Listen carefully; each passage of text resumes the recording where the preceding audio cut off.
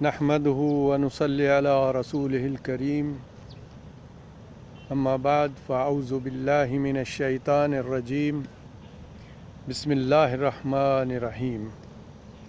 رب اشرح لي صدري ويسر لي أمري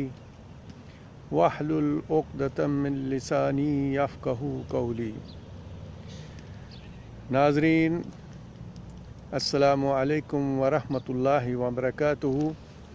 ناظرین، آج میں ایک بات انقلاب کے موضوع پر کرنا چاہتا ہوں۔ ایک ایسا انقلاب جو صرف اور صرف اللہ اور اس کے رسول صلی اللہ علیہ وآلہ وسلم کی خوشنودی کے لیے برپا کیا جائے۔ ایک ایسا انقلاب جس میں کوئی خون خرابہ نہ ہو، جو پرامن قسم کا انقلاب ہو،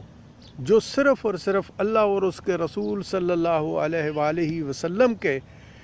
نام پر ہو، اللہ کے رسول صلی اللہ علیہ وآلہ وسلم کی شریعت کو نافذ کرنے کے لیے ہو، اور وہ ایسا انقلاب جس کو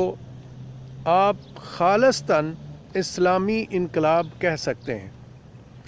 اگر ہم تھوڑا سا جائزہ لیں پچھلے کئی سالوں سے، یعنی جب سے پاکستان بنا ہے تب سے لے کر، جو بانی پاکستان تھے رحمۃ اللہ علیہ، قائد اعظم رحمۃ اللہ علیہ، اور مفکر پاکستان ڈاکٹر علامہ اقبال رحمۃ اللہ علیہ، ان کی مخلصانہ کوششوں سے اور ایک متحد اور مخلص قوم کی قربانیوں سے یہ پاکستان ایک چیز کے نام پر، ایک کلمے کے نام پر مارد وجود میں آیا تھا، اور وہ کلمہ تھا لا الہ الا اللہ محمد رسول اللہ۔ لیکن بدقسمتی دیکھیں کہ بنانے والے تو چلے گئے، لیکن اس کے بعد آنے والوں نے جنہوں نے یہ سارے کام کرنے تھے، انہوں نے اس کام کو کرنے کی بجائے اس میں مختلف رخنے ڈالے، اور وہی نظام جو کافروں کا تھا ہمارے پاس، ویسے کا ویسے ہی وہ نظام جو ہے آج تک چلا آ رہا ہے۔ اس میں آ کے بھٹو صاحب جو آئے تو انہوں نے چونکہ جیسی نیت تھی ویسی ہی نیت کے ساتھ انہوں نے چوروں کے لیے ایک چور قانون بنایا، اور اس چور قانون کے مطابق آج تک آپ دیکھ رہے ہیں کہ کسی چور حرام زادے کو کوئی سزا نہیں ملتی۔ جیلوں میں جو رل رہے ہیں وہ بالکل غریب غربا اور وہ لوگ ہیں جن بیچاروں کے کوئی سورسز نہیں ہیں۔ اسی منظر میں اگر دیکھا جائے تو حالات واقعات گزرتے گئے، اور ایک وقت وہ تھا، میں اپنے بچپن کی بات بتاتا ہوں، جب میں 6ٹھی 7ویں کلاس میں پڑھتا تھا، ہم لوگ نہر کے کنارے ایک گاؤں ہے وہاں کے رہنے والے ہیں، تو وہاں پہ یقین مانیں کچی پٹڑیاں تھیں، ٹانگے چلتے تھے، بیلدار اپنے کام کر رہے ہوتے تھے، درخت بالکل ہرے بھرے تھے، کوئی کسی قسم کا کوئی نقصان نہیں ہوتا تھا، ہر کوئی اپنے اپنے سرکل میں رزق حلال کماتا تھا۔ بھٹو صاحب آئے تو انہوں نے اس پورے سسٹم کو تباہ و برباد کر دیا، اسکولوں کو نیشنلائز کر لیا، انڈسٹریز کو نیشنلائز کر دیا، سب کو ایک دوسرے سے لڑا دیا۔ اس کے بعد دوسرے لوگ آتے گئے، اس کی بیٹی آئی، بیٹی کے بعد یہ شریف خاندان آ گیا جو جنرل ضیاء الحق صاحب لے کے آئے تھے، تو انہوں نے آ کے ٹوٹلی جو ادارے تھے وہ تباہ و برباد کر دیے، سب کو رشوت پہ لگا دیا، جو رشوت پہ نہیں لگے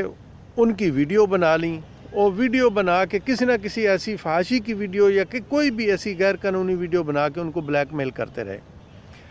تو کہنے کا مقصد یہ ہے کہ یہ سب کچھ کے باوجود یہ پاکستان جس نام پہ بنا تھا وہ تو وہیں کا وہیں رہ گیا، لیکن اس سارے فساد کے اندر بھی اللہ تعالیٰ نے ایسے ایسے لوگ، ایسی ایسی ہستیاں پیدا کیں جنہوں نے اللہ کے دین کو سب سے اوپر رکھنے کی کوشش کی، سب سے زیادہ اہمیت دینے کی کوشش کی، اور اپنی زندگی میں وہ کرتے رہے، اپنی زندگی میں وہ لوگوں کو سمجھاتے رہے، اور ان کی انتھک کوششوں کے ساتھ ایک تنظیم جو ہے وہ مارد وجود میں آئی، جس کو تنظیم اسلامی کہتے ہیں، اور اس کے بانی جو تھے وہ تھے ڈاکٹر اسرار احمد رحمۃ اللہ علیہ۔ یہ ایک واحد مفسر قرآن ہیں، واحد پاکستان کے عالم دین تھے، مفسر قرآن تھے، جنہوں نے قرآن پاک پر سب سے زیادہ تدبر کیا، قرآن پاک کو بہت زیادہ اہمیت دی، اور احادیث مستندہ جو ہیں ان کو اہمیت دی، اور بالکل جو دین اسلام ہے اس کے مطابق جیسے زندگی گزاری جاتی ہے وہ سارے طریقے بتائے۔ انہوں نے اپنی زندگی وقف کی اللہ اور اس کے رسول کے دین کے لیے،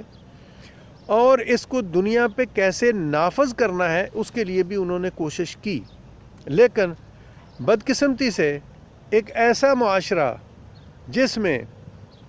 جو بھی حاکم آیا وہ ایک سے ایک بڑا لعنتی اور ایک سے ایک بڑا کرپٹ آیا، اس نے اپنے ہی سلسلے کو آگے چلایا، اللہ اور اس کے رسول صلی اللہ علیہ وآلہ وسلم کے بارے میں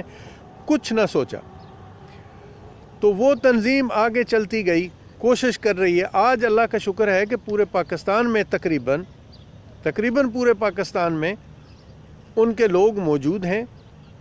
کیونکہ وہ جڑے ہوئے ہیں اللہ اور اس کے رسول کے قانون کو نافذ کرنے کے سلسلے میں۔ اس سرزمین پر جہاں اللہ نے ہمیں بھیجا ایک نصاب دے کر، اور وہ نصاب قرآن کریم ہے، اور ایک بہترین ٹیچر دے کر جن کو محمد عربی خاتم النبیین صلی اللہ علیہ وآلہ وسلم کہتے ہیں، اور یہ زمین جو ہے ہمارے لیے کمرہ امتحان بنا دی۔ اس کمرہ امتحان میں رہتے ہوئے تیاری تو ہمیں کرنی ہے نا، اور اس تیاری کے لیے ہمیں اللہ کا رسول آیا، اللہ کی پاک کتاب آئی، اور یہ آخری کتاب ہے اور اللہ کے آخری رسول تھے۔ لیکن اس سے پہلے جو انبیاء آتے گئے وہ بتاتے گئے، لیکن یہاں پہ آ کے دین کو مکمل کر دیا گیا، اور اب یہ ذمہ داری اللہ کے رسول صلی اللہ علیہ وآلہ وسلم کی امت پہ ڈال دی گئی کہ قیامت تک جو ہے اللہ کے دین کا جو کام ہے وہ امت محمد صلی اللہ علیہ وآلہ وسلم کرے گی۔ تو مختلف لوگ اس میں علماء دین اٹھتے رہتے ہیں، بہت سارے علماء دین ہیں، بہت سارے مکتبہ فکر کے لوگ ہیں جو اتفاق سے بدقسمتی سے پاکستان کے اندر مسلک میں اتنا کھو گئے ہیں کہ جتنے بھی حافظ قرآن اور علماء دین اس وقت مدارس سے نکل رہے ہیں وہ سارے کے سارے اتنے پکے مسلک کو لے کے نکلتے ہیں کہ ہر کوئی ایک دوسرے کو کافر کہہ رہا ہے۔ یہ بڑے عجیب اور بدقسمتی کی بات ہے۔ اس میں ایک ہی تنظیم بچی، اور وہ تنظیم ہے تنظیم اسلامی، جس کے بانی ڈاکٹر اسرار احمد رحمۃ اللہ علیہ ہیں۔ انہوں نے اس پہ کوشش کی۔ اب ہماری یہ ذمہ داری بنتی ہے کہ اس وقت جو فساد پاکستان کے اندر برپا ہے، آپ دیکھ رہے ہیں کہ ہر چور جو ہے وہ اپنے آپ کو کتب ثابت کرنے کی کوشش کر رہا ہے۔ سب کے سامنے 2014 میں ماڈل ٹاؤن لاہور کا واقعہ پیش آیا، جس میں 14 لوگوں کو شہید کر دیا گیا۔ دن دہاڑے حکومت نے گولیاں مار کر، یہ نواز فیملی لوگوں نے، نون کی حکومت نے سر عام گولیاں مار کے نہتے لوگوں کو پر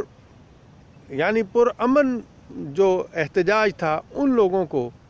سر عام گولیاں مار کے 14 لوگوں کو شہید کر دیا، اور 100 سے زیادہ لوگ زخمی ہوئے۔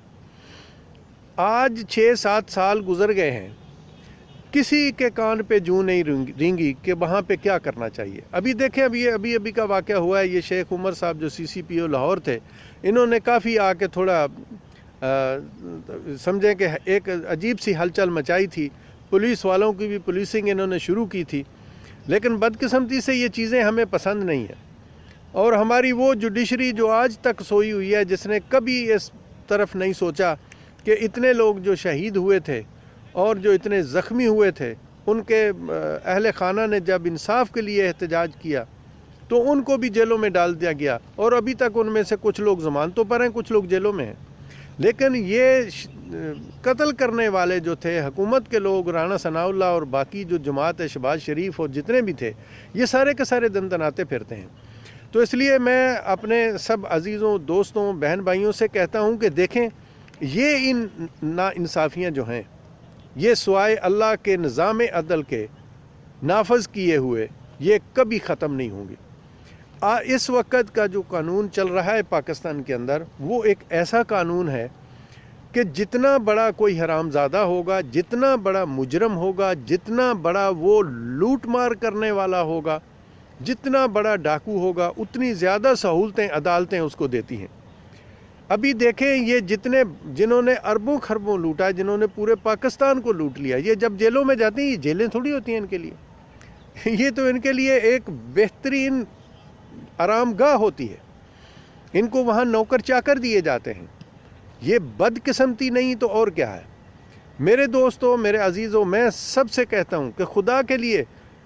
یہ دنیا فانی ہے، یہاں بیٹھے نہیں رہنا، یہاں ہم امتحان دینے کے لیے آئے ہیں۔ اللہ تعالیٰ قرآن کریم میں فرماتے ہیں کہ میں نے انسان کو اس لیے بنایا کہ میں دیکھ سکوں کہ اس میں سے کون اچھے کام کرتا ہے اور کون برے کام کرتا ہے۔ یہ ہمارا جو جسم ہے، ہم جو ہیں، یہ ہمارا اپنا نہیں ہے، یہ اسی کا دیا ہوا ہے، اور اس نے کیمرے ہمارے ساتھ لگائے ہوئے ہیں۔ کرامن کاتبین جو ہیں ہمارے دائیں اور بائیں بیٹھے ہوئے ہیں، جو ہمارا سارا حساب کتاب لکھتے ہیں۔ لیکن آج بھی پاکستان کی قوم میں میں نے ایک چیز ضرور دیکھی، اور پچھلے دنوں میں جو علامہ خادم رضوی صاحب تھے رحمۃ اللہ علیہ، ان کے جنازے کو دیکھ کر ایک عجیب جذبہ جو ہے نا، وہ جو سامنے آیا کہ دیکھیں، اللہ کے رسول صلی اللہ علیہ وآلہ وسلم سے محبت کرنے والے ایک اپاہج شخص کو دنیا کس طرح چاہتی تھی، کس طرح لوگوں نے ان کو عزت دی، اور ایک ایسا جنازہ ہوا جو شاید ایشیا میں اس کی کوئی نظیر نہیں ملتی۔ تو اس سے ثابت یہ ہوتا ہے کہ اللہ اور اس کے رسول صلی اللہ علیہ وآلہ وسلم سے ہمارے پاکستانی بہت زیادہ محبت کرتے ہیں۔ بھلے وہ دین و صوم و صلات میں اتنے پابند نہ ہوں، لیکن اگر کلمہ پڑھا ہے، ان کے پاس تھوڑا سا بھی دین ایمان ہے، تو وہ اللہ کے اس دین کو بچانے کے لیے اور رسول اللہ صلی اللہ علیہ وآلہ وسلم کے احترام اور عزت کے لیے اور ان کی محبت کے لیے اپنا سب کچھ قربان کر دیتے ہیں۔ علامہ رضوی صاحب نے جو 3 سے 4 سال کے اندر احترام اور عزت حاصل کی پاکستان کے اندر، بڑی بڑی جو سیاسی جماعتیں ہیں سب کو مات کر دیا۔ یہ جو نون لیگ والے جو لاہور کے کنگ بن رہے تھے، یہ پچھلے دنوں کے جلسے نے ثابت کر دیا کہ ان چوروں ڈاکوؤں کا کوئی احترام نہیں ہے، اور ان کے ساتھ کوئی نہیں نکلا سوائے اس کے کہ یہ کچھ لوگوں کو کرائے پہ لے کے آئے، اور کچھ لوگ جو تھے وہ ان کے وہ وفادار ہیں جو ان کے ساتھ ان جیسا حرام کھاتے ہوئے آ رہے ہیں۔ تو میرے کہنے کا مقصد ہے کہ دیکھیں، یہ سارا جتنی بھی بے انصافی ہے، اس کو مٹانے کے لیے ایک باقاعدہ ٹیم چاہیے، ایک طریقہ چاہیے۔ خان صاحب بھی جب آئے تو انہوں نے کنٹینر پہ کھڑے ہو کے باتیں اور کی تھی، جھوٹ بولے تھے بہت سارے، یا ان کی نیت میں شک ابھی بھی نہیں ہے، اس وقت بھی نہیں تھا، لیکن جو ان کو کرنا چاہیے تھا وہ نہ کر سکے۔ ان کو اپنی ٹیمیں بنانی چاہیے تھیں جو امور سلطنت کو سنبھال سکتیں، لیکن انہوں نے نہ بنائی۔ سب چوروں اچکوں کو ساتھ لے کے انہوں نے ایک لنگڑی لولی حکومت بنائی، جس کا خمیازہ وہ ابھی تک بھگت رہے ہیں۔ اپنی طرف سے وہ بندے نے پاکستان کے جو اکنامیکل پوزیشن تھی اس کو کافی حد تک سیٹل کیا ہے،